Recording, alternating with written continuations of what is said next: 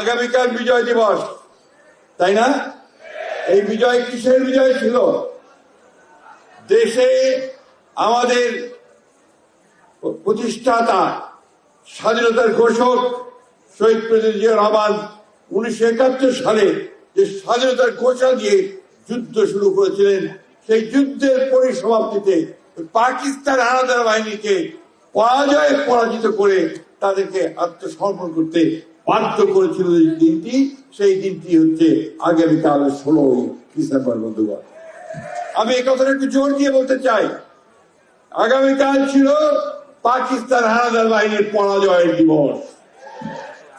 আমাদের এই কথাটা সবসময় মনে রাখতে হবে যে পাকিস্তান হানাদার বাহিনী দীর্ঘ 9 মাস আমাদের এই দেশের মানুষের উপরে অত্যাচার, নির্বাচন, হত্যাযজ্ঞ, গণহত্যা চালিয়েছে। বন্ধুগণ, আমাদের মা বোনদেরকে তুলে নিয়ে গেছে এবং এই বাংলাদেশের তৎকালীন বাঙালিরা কিছু অংশ তারা সেদিন পাকিস্তান হানাদার এসে যোগ সাজস করে সেই তাদের সঙ্গে সহযোগিতা করে এই গণহত্যাকে পরিচালিত করেছে। বন্ধুগণ, আমরা সেই দিনগুলো ভুলে যাইনি, এত দ্রুত ভুলতে পারি না আমরা। আমাদের বারবার মনে রাখতে হবে 1971 সালের কথা, আমাদের অস্তিত্বের কথা, আমাদের নতুন ভূখণ্ড লাভের কথা। আমাদের দলের প্রতিষ্ঠাতা স্বাধীন ঘোষক শহীদ জিয়া রহমান সাহেব আমাদের সেদিন যে আমাদেরকে স্বাধীন বাংলাদেশের ভূখণ্ডের স্বপ্ন দেখিয়েছিলেন, ঠিক তেমনি ভাবেই তিনি 1975 সালে সিপাহী জনতার বিপ্লবের মধ্য দিয়ে রাষ্ট্র পরিচালনার দায়িত্বে আসার পরে বাংলাদেশকে গড়ে তুলবার জন্য, বাংলাদেশকে একটা আধুনিক সমৃদ্ধ বাংলাদেশ গড়ে তুলবার জন্য, এক গণতান্ত্রিক বাংলাদেশ নির্মাণ করার জন্য তিনি নতুন ভাবে কাজ শুরু করেছিলেন এবং স্বপ্ন দেখিয়েছিলেন। শুধু নয়, তাকে বাস্তবে রূপ দিয়েছিলেন। বন্ধুগণ, আমি বারবার এই কথাটা বলি যে বাংলাদেশের যা কিছু সুন্দর, যা কিছু ভালো অর্জন, সব এই শহীদ প্রেসিডেন্ট জিয়া রহমানের হাত ধরে, ম্যাডাম খালেদা জিয়ার হাত ধরে, আর আমাদের বিএনপি হাত ধরে। আর এখন নতুন স্বপ্ন দেখতে শুরু করেছি আমরা আমাদের নেতা তারেক রহমানের পথ দেখার মধ্যে।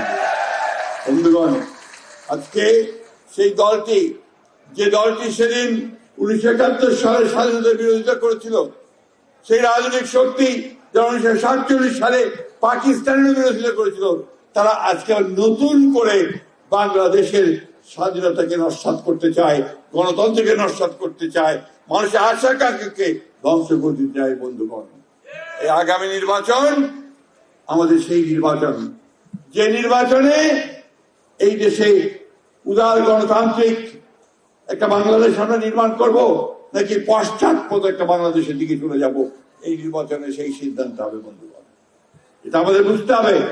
আজকে বিভিন্ন রকম ধোয়া তুলে মিথ্যা কথা বলে বিএনপিকে হেয় প্রতিপন্ন করবার চেষ্টা করা হচ্ছে বিভিন্ন ভাবে। আমি খুব স্পষ্টভাবে বলতে চাই যে আজকে আমাদের বন্ধু, আমাদের সহকর্মী, আমাদের ছাত্র, আমাদের সন্তান হাদির উপরে আক্রমণ হয়েছে। আমরা তীব্র নিন্দা জানিয়েছি, আমরা সাথে সাথে সারা দেশে বিক্ষোভ করেছি এবং অবিলম্বে তাদের হত্যাকারীদের খুঁজে বের করবার জন্য আমরা আহ্বান জানিয়েছি। হত্যাকারীকে চিহ্নিত করা হয়েছে, আক্রমণকারীকে চিহ্নিত করা হয়েছে, হত্যার চেষ্টা যে করেছিল চিহ্নিত করা হয়েছে। দেখা গেছে যে সে হচ্ছে আওয়ামী লীগের একজন খুনি, আওয়ামী লীগের একজন সন্ত্রাস। আজকে কেন স্লোগান দিতে দেয় তারা যে বিএনপিকে জবাব দিতে হবে? কি কারণে? উদ্দেশ্য একটাই, যে বিএনপিকে তারা একটা হীন উদ্দেশ্যে চিহ্নিত করতে চায়। বন্ধুগণ, আজকে আমাদের নজরুল ইসলাম খান সাহেব অত্যন্ত সুন্দর করে বলেছেন যে আমরা গর্বিত যে আমরা বিএনপি করি, আমরা গর্বিত যে আমরা শহীদ প্রেসিডেন্ট জিয়া রহমানের কথা শুনে তার ইঙ্গিতে আমরা যুদ্ধ করতে নেমেছিলাম, আমরা গর্বিত যে আমরা বাংলাদেশকে একটা নতুন বাংলাদেশ, গণতান্ত্রিক বাংলাদেশ হিসেবে চিন্তা করে কাজ শুরু করেছিলাম। আজকে আবার আমি সেই কথা শুনেই বলতে চাই যে আমরা গর্বিত আমাদের যে তরুণ নেতা, তিনি আমাদের 31 দফা দিয়েছেন নতুন করে বাংলাদেশকে গড়ে তোলবার জন্য। তিনি আজকে নতুন করে শুরু করেছেন তার বিভিন্ন কর্মকাণ্ডের মধ্যে দিয়ে কিভাবে তিনি বাংলাদেশকে গড়ে তুলবেন, সেই কথা তিনি আজকে আমাদেরকে বলছেন, জনগণকে বলছেন, সমগ্র বাংলাদেশের মানুষকে বলছেন। আমরা সেই আশায়, সেই স্বপ্নে আছি। একটা কথা আজকে বলতে চাই, 24শে জুলাই যোদ্ধা যারা আছে তাদের অনেকের মধ্যে শঙ্কা আছে যে এই অন্তর্বর্তীকালীন সরকারের পরে নতুন সরকার আসলে তখন তাদের নিরাপত্তার কি ব্যবস্থা হবে। আমি খুব পরিষ্কার করে বলতে চাই, দৃঢ়তার সঙ্গে বলতে চাই, জনগণের ভোটে আমরা যদি নির্বাচিত হয়ে আসি, তার আমরা নিশ্চিত করব যে জুলাই যোদ্ধা সকলকে আমরা নিরাপত্তা দেব। ইনশাআল্লাহ তাদেরকে আমরা কোন রকম অনিরাপত্তার দিকে ঢুকে দেব না। বন্ধুগণ, বক্তব্য বাড়াবো না, আমি শুধু এইটুকু বলতে চাই, আমাদের ইতিহাস হচ্ছে স্বাধীনতা যুদ্ধের ইতিহাস। আমাদের ইতিহাস হচ্ছে এই দেশকে গড়ে তুলবার ইতিহাস। আমাদের ইতিহাস হচ্ছে এই দেশের সমস্ত চ্যালেঞ্জ মোকাবেলা করে বাংলাদেশকে সামনে এগিয়ে নিয়ে যাওয়ার ইতিহাস। আমরা কখনো মাথা নত করিনি, বিএনপি মাথা নত করে না। 17 বছর লড়াই করেছে, সংগ্রাম করেছে ফ্যাসিস্টের বিরুদ্ধে, এবং চূড়ান্ত লড়াইও এই আমার ছাত্র দলের প্রায় 500 ছেলে শহীদ হয়েছে। বন্ধুগণ, আমাদের লোকেরা সবাই আহত হয়েছে। 60 লক্ষ মানুষের মধ্যে মিথ্যা মামলা হয়েছে। 20,000 নেতা কর্মীকে হত্যা করা হয়েছে। 1700 নেতা কর্মীকে গুম করা হয়েছে। আমরা সেই দল যে দল সংগ্রাম করে, লড়াই করে গণতন্ত্র উদ্ধার করি, গণতন্ত্রকে প্রতিষ্ঠিত করি, গণতন্ত্রকে প্রতিষ্ঠায় রূপ দেওয়ার চেষ্টা করি। বন্ধুগণ, আসুন আমরা আগামী দিনে 25 তারিখে ইনশাআল্লাহ আমাদের নেতা আমাদের মাঝে আসছেন।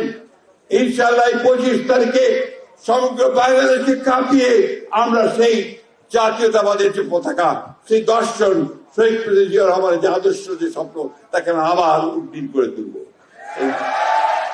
এই বলে শেষ করার আগে আপনাদেরকে একটা ঘটনা বলে শেষ করব। 2002 সালে 2001 সাল নির্বাচনের পরে আমরা চীনে গিয়েছিলাম আমাদের নেত্রী দেশনেত্রী বেগম খালেদা জিয়ার সঙ্গে সফরে। সঙ্গে আমাদের নেতা ছিলেন। যখন আপনার গার্ড অফ অনার দেওয়া হচ্ছে, যখন সঙ্গে পরিচয় করিয়ে দিচ্ছে গ্রেট হলে চায়নার, তখন চীনের প্রধানমন্ত্রী আমাদের নেত্রীকে নিয়ে যখন সকলের সঙ্গে পরিচয় করিয়ে দিচ্ছেন, আবার একজন পাশে আমাদের নেতা ছিলেন জনাব তারেক রহমান সাহেব। যখন পরিচয় করে দিয়ে ম্যাডাম বললেন যে হি ইজ মাই সান, আমার ছেলে, তখন আমার এখনো মনে আছে চীনের প্রধানমন্ত্রী তার হাতটি শক্ত করে ধরে 2 হাত ধরে বললেন, carry the flag of your father and mother. তোমার পিতা ও মাতার পতাকাকে উজ্জীন করে ধরো। সেই যে জাতীয়তাবাদের পতাকা, স্বাধীনতার পতাকা আর গণতন্ত্রের পতাকা, এই পতাকা নিয়ে আগামী 25 তারিখে তারেক রহমান সাহেব বাংলাদেশে আসছেন। বাংলাদেশকে আমরা জেগে উঠি, আমরা সবাই জেগে উঠি। আমরা গণতন্ত্রের জন্য, আমাদের স্বাধীনতার জন্য, সার্বভৌমত্বের জন্য আমরা অবশ্যই সবাই জেগে উঠব।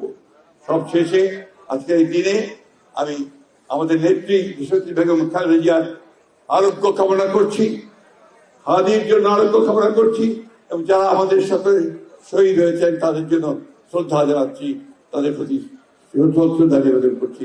আসসালামু আলাইকুম, খুদা হাফেজ। বাংলাদেশ জিন্দাবাদ, বাংলাদেশ জাতীয় দল জিন্দাবাদ। শহীদ জিয়া অমর হোক, দেশনেত্রী বেগম খালেদা জিন্দাবাদ, তারেক রহমান জিন্দাবাদ।